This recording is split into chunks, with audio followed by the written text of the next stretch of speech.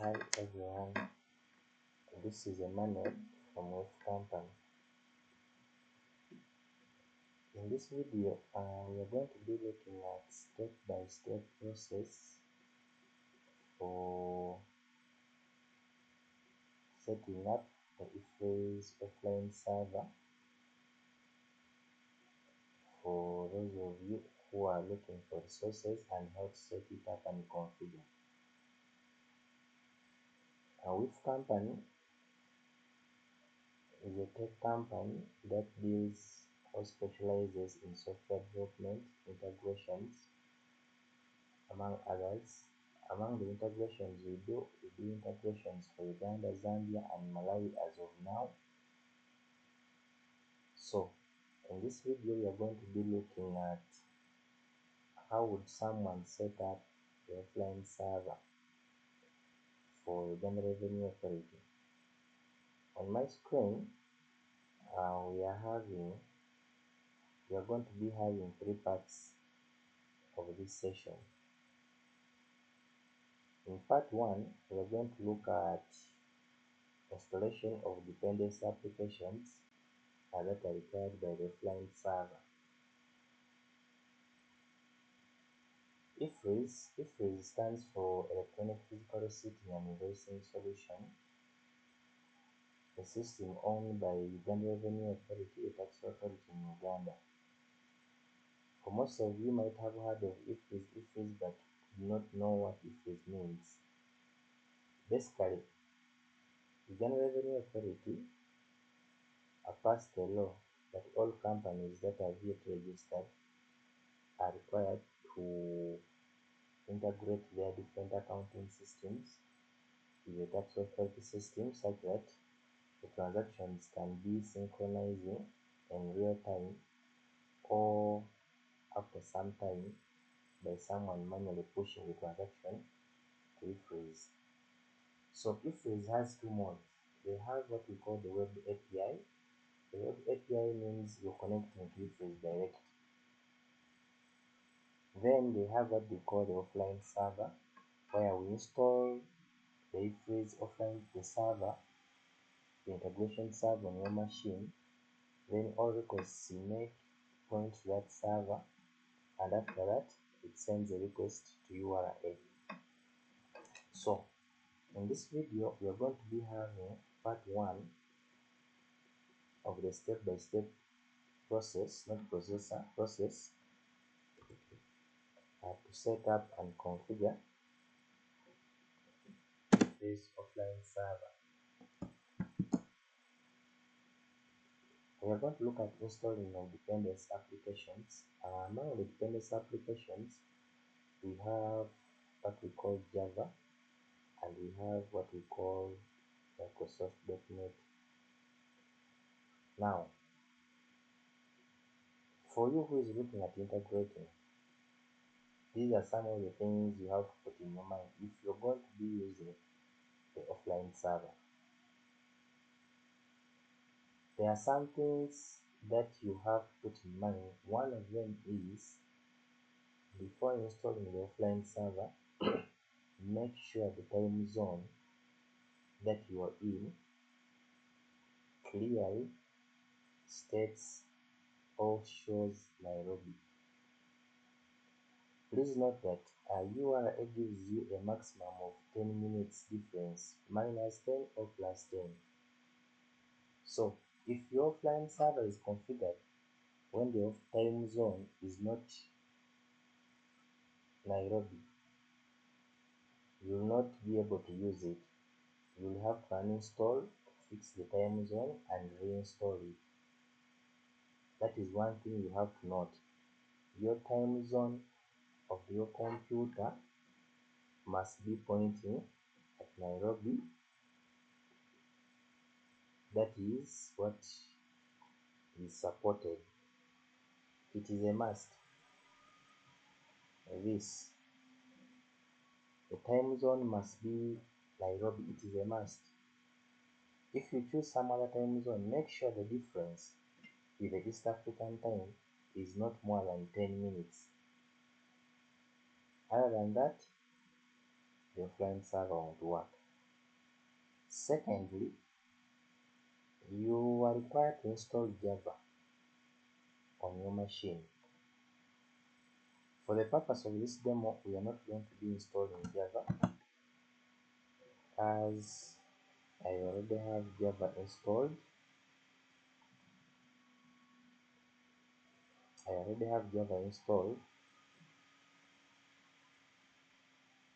So we shall not be installing Java for this particular session. I already have Java installed. We are going to be using Java 8. It is already installed here. For you if you may not be having Java installed on your machine, what you're going to do, you can look for this Java download anywhere, or you can visit our website on which company we have decided to be giving out, or we provide some free resources and some are paid. So we have some paid resources and some are free. So when I go to free downloads, I'll be able to search for Java, let's say. So when I search for, okay, let me search for JDK. When I search for JDK, we have this Java 8, which is a 64-bit processor. If your computer is 32-bit, make sure you download Java, which is 32-bit. For this demonstration, this is the Java we are using, Java 8 JDK 8U202. It is the Java that we are going to be using for this particular session. It is already installed. Secondly, or thirdly, the first thing is the time zone. Second thing is you have to install Java, or make sure Java is installed on your machine. If I happen to check if Java is installed, make sure Java is installed and the path should be added in new environment variables. So when I try to set Java where,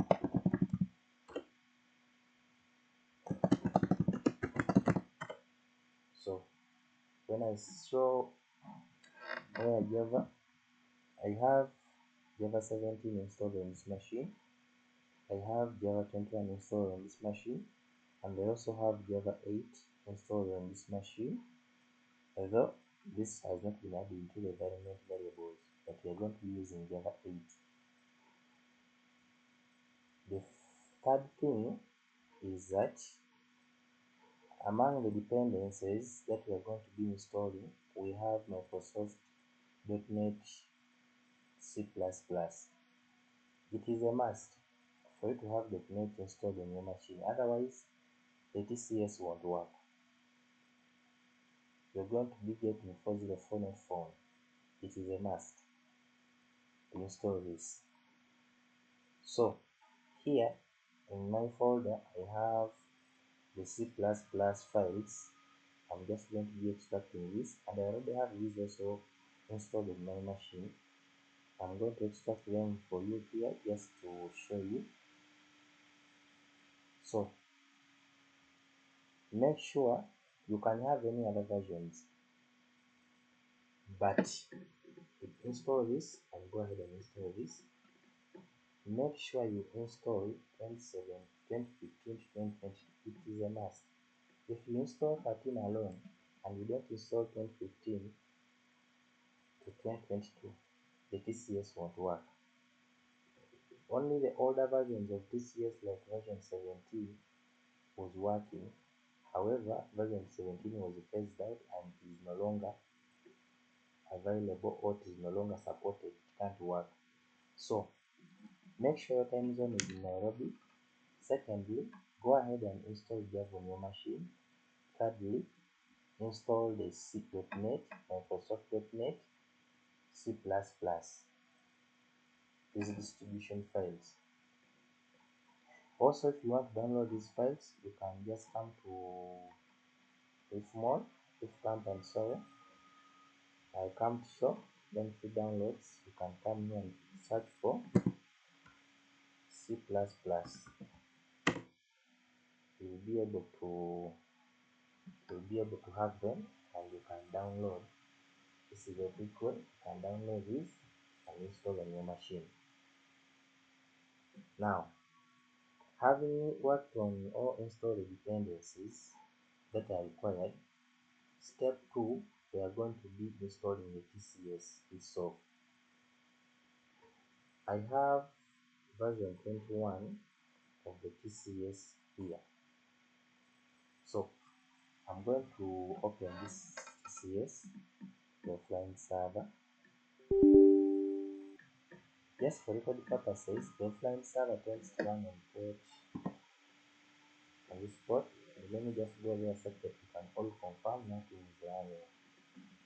So I'm going to open the offline server. I follow the reason. I'm going to say this. You can change. I'm going to say this on. Now, you make sure you specify the path of Java, JDK, and JRE. So I'm going to come and look for my Java. I'm going to choose this, the JDK. Then I come again. I choose this, the JRE. When you install the JDK, you will be able to see to have both of them installed on your machine. So just need to come to each company and look for JDK here. Then you'll be able to see it. So I'm going to click on next.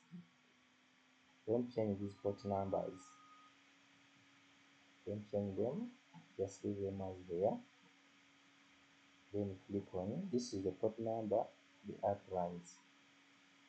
So I'm going to click on next. Then I go ahead and install.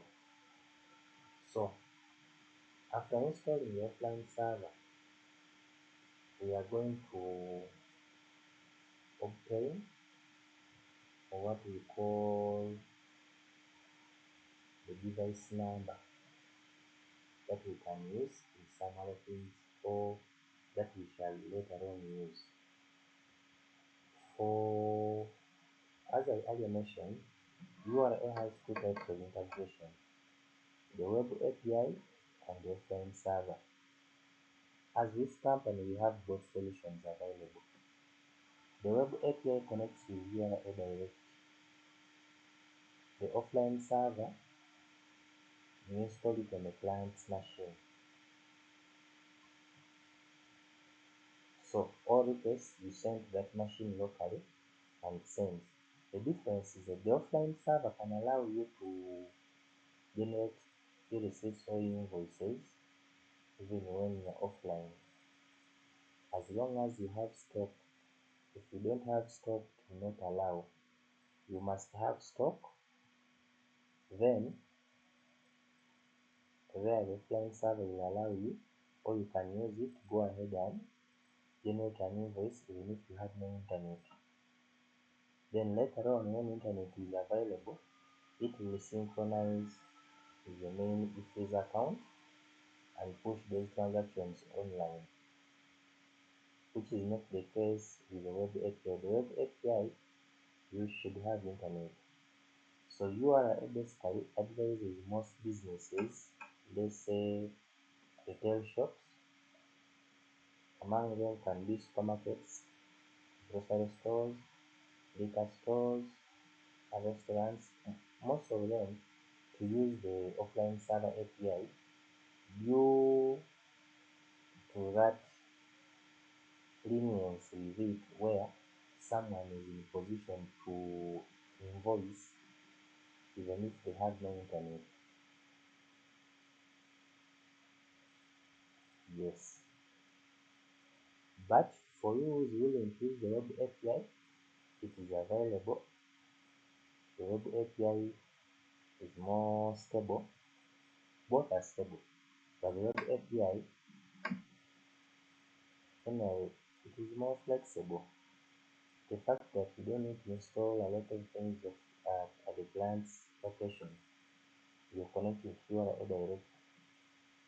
It is more convenient, especially for businesses that are using cloud-based applications or ERPs.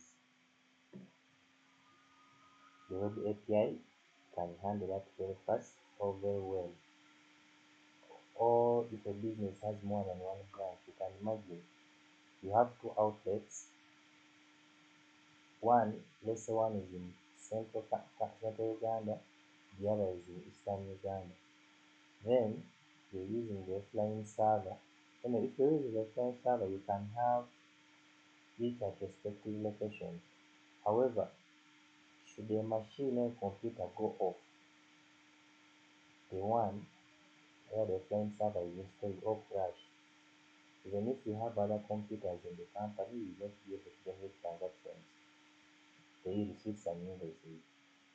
Unlike the web API where you will not have such scenarios that maybe the computer has crashed and so on. But each of them has its own advantages and disadvantages, but the choice always comes back to you. Yes. So our application, the offline server, is finalizing the installation stages or step. We are going to do step by step. So I'm going to click on finish, and then I'll wait for it. At this point, if at all your .NET, Microsoft.NET C++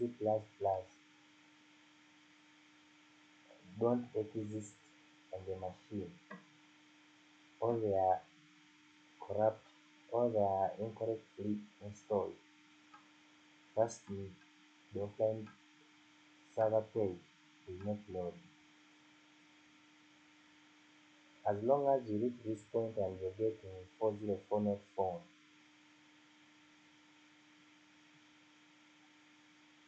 just know that the issue you're facing is the Microsoft.NET C++, and you have to go ahead and look for those files, install them. You can install 2010, you install 2013, those are independent, but also go ahead and install 2015 to 2022.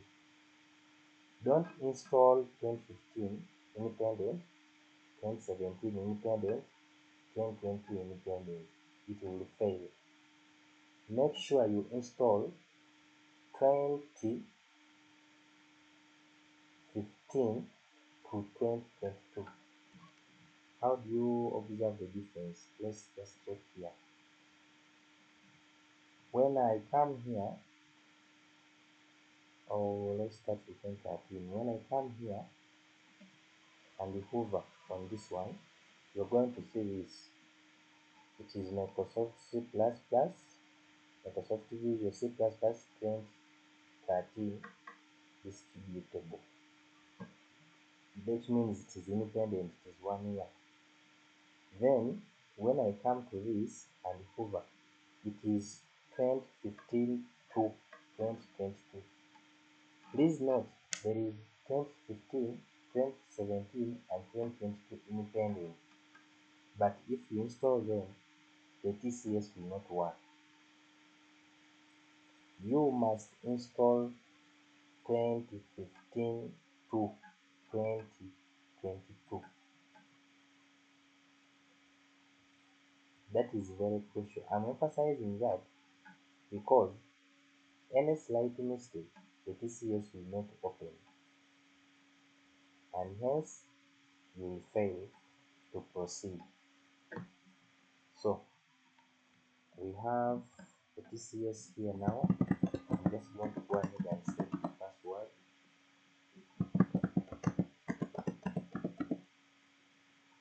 And click submit. After that, I will log in here.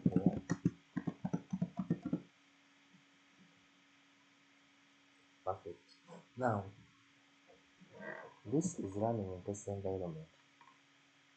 You can always see it from here. Remember I was emphasizing on time. This is the system time. If this system time is not in Nairobi, or if the difference here with the time with the Nairobi or East African time is greater than or lower than 10 minutes difference, it will not work. That is very key. This is version 21. Okay, so we are done installing the TCS. After installing the TCS, one thing to note is that this has given us what we call a device number.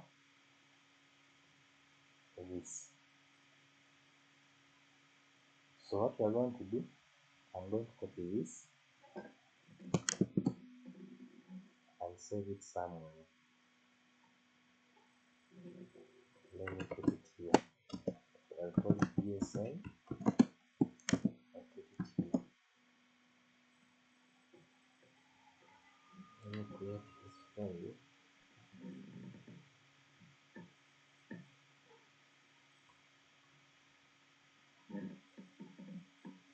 Now 25.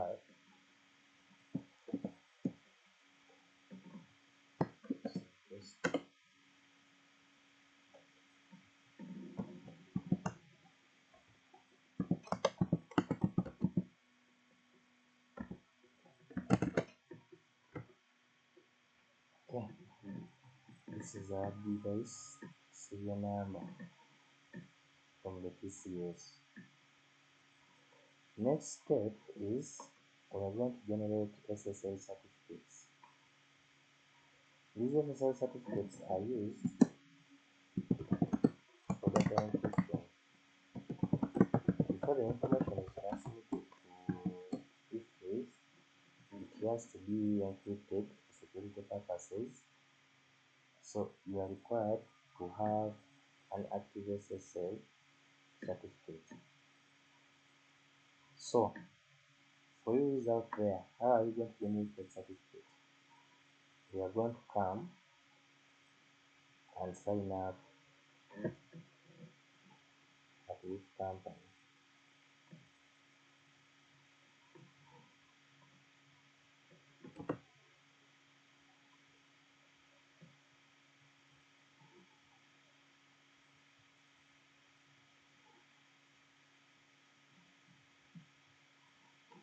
I'm just going to first log out here. What we are going to do, we are going to come to this company. I'm just going to create an account here. You can sign in or create an account using Google. I'm going to click on create. You can use Google to create an account. However, for the purpose of this testing, we are not going to use Google. We are going to type in these details.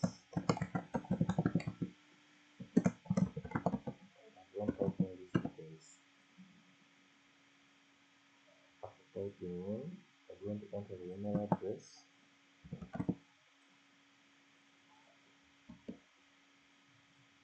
So I'm going to use this. I'm going to enter the phone number.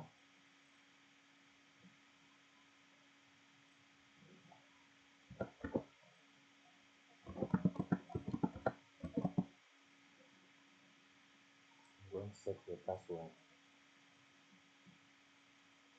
So let's set the password.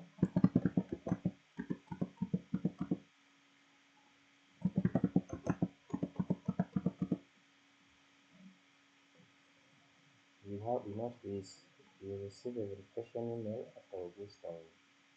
So I'm going to click on register. So after clicking on register, should I try to log in here without verifying my email address? You will get this. will not be allowed to access the system until you have verified the email address. Okay, you have to go now and check your email account. If you have received the email address or not. If you have not, you can resend.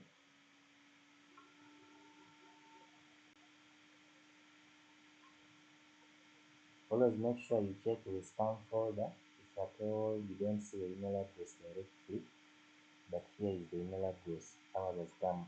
If yours has not come, make sure you check the spam or trash folder is.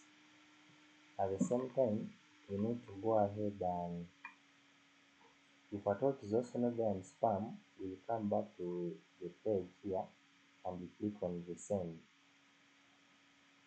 So what I'm going to do, I'm going to verify mine. I'll click on this. Okay, my email is now verified. So when I come back to this page and refresh, I will now be able to log in.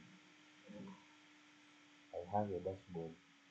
We are looking at obtaining a necessary certificate for data encryption. This. Now, we do provide SSL certificates under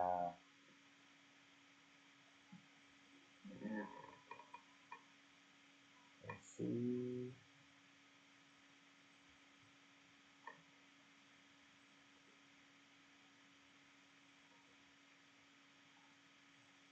Let me just check. So, after creating an account, you're supposed to generate an SSL certificate here. However, before you can go ahead and generate an SSL certificate, you need to come to companies and billing, my companies, then go ahead and create a company. I'll click on add company. I'll just scroll. You can enter these details manually, but I'll just scroll down here, enter the PIN number, then I click on fetch details.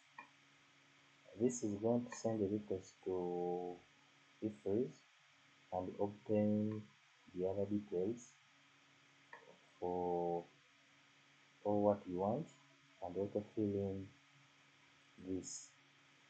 You're going to leave this one blank. This section, you just leave it blank. Then you go ahead and click on save or create. Okay, we now have a company here, and I'll just go ahead and refresh my page.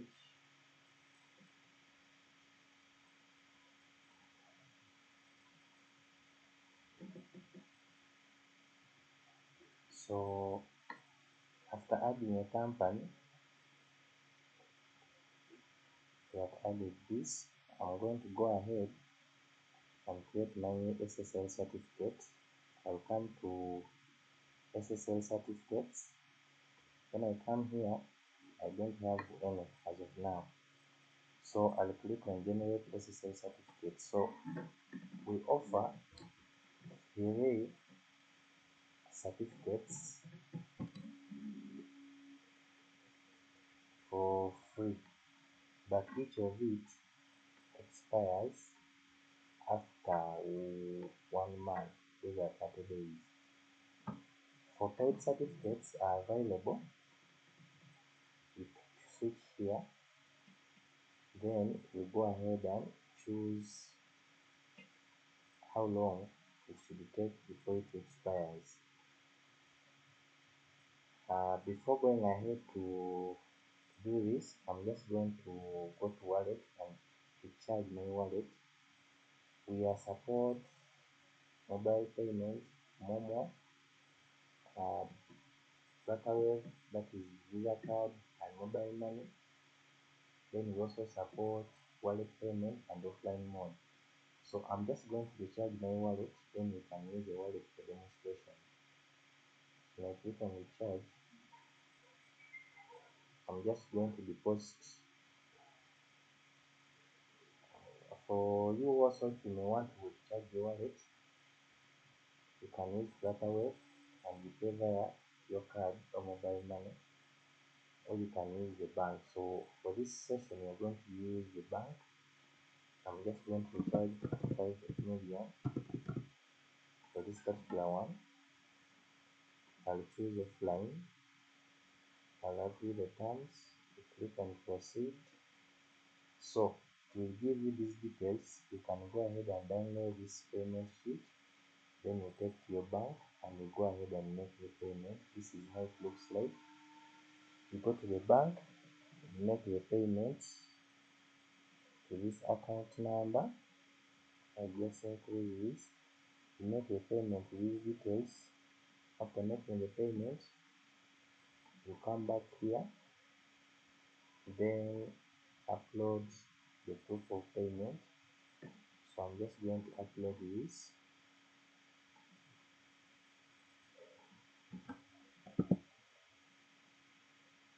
Accept the terms. Then I'm going to submit this.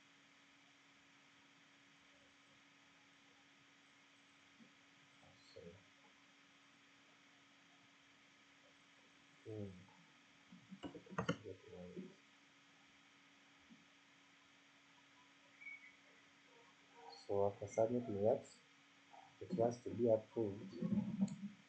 So I just pause the video, approve, and we proceed.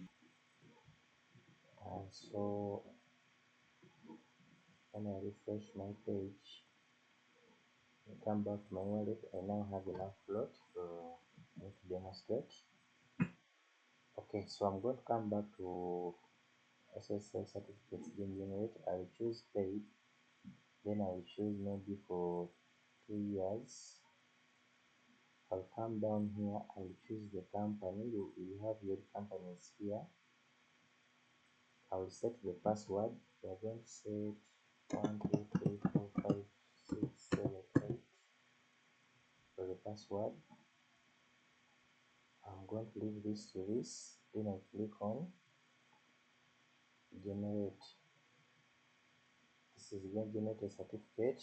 Unfortunately, these ones are hidden.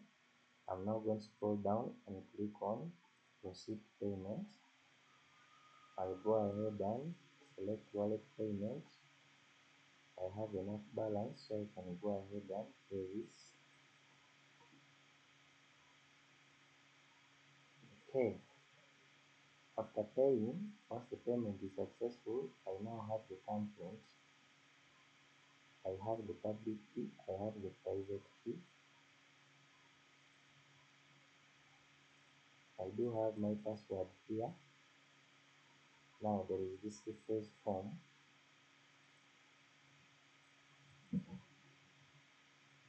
For this particular company. So when we follow our guide, we have SSL certificate generation with encryption. So we have generated our SSL for the bot one from this company website for EFRIS. It expires in 2 years time. So we are going to be using this to handle the rest of the configurations.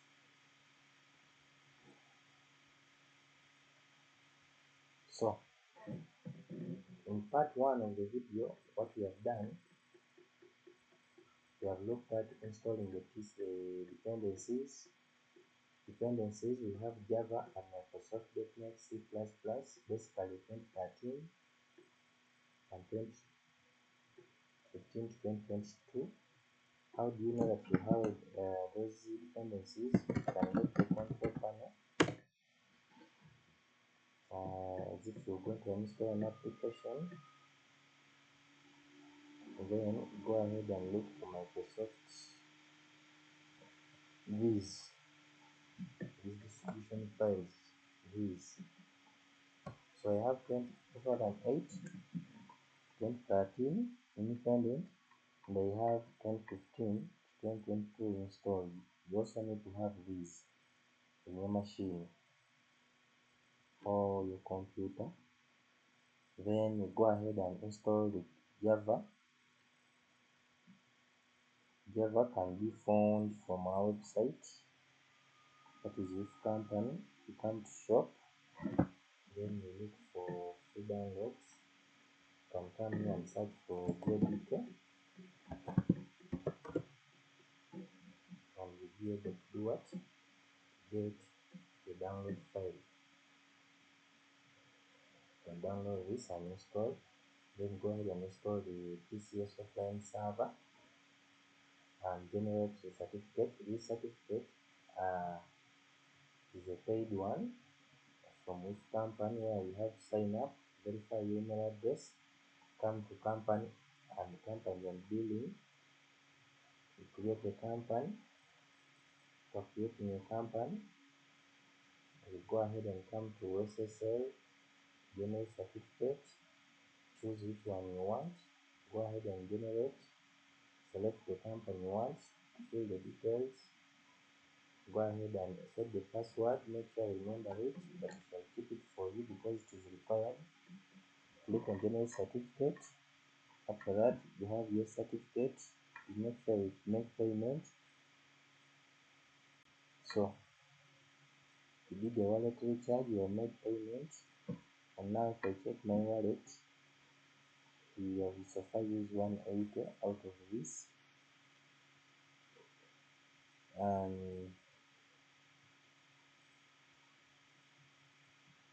we have, yes, we have generated this. And when you look at the certificate that we generated, when I come to this, it has what we call the public key. When I click, let me try to view the details. It has the thumbprint, it has the public key, it has the private key. Here we have the EFRIS form filled up for. So in production, what you do, you download this form for that company, go ahead and sign here, stamp and put the date. Sign, stamp, put the date. You can sign any of these, both or one. Then you stamp. Make sure you also add the date if your stamp doesn't have the date. So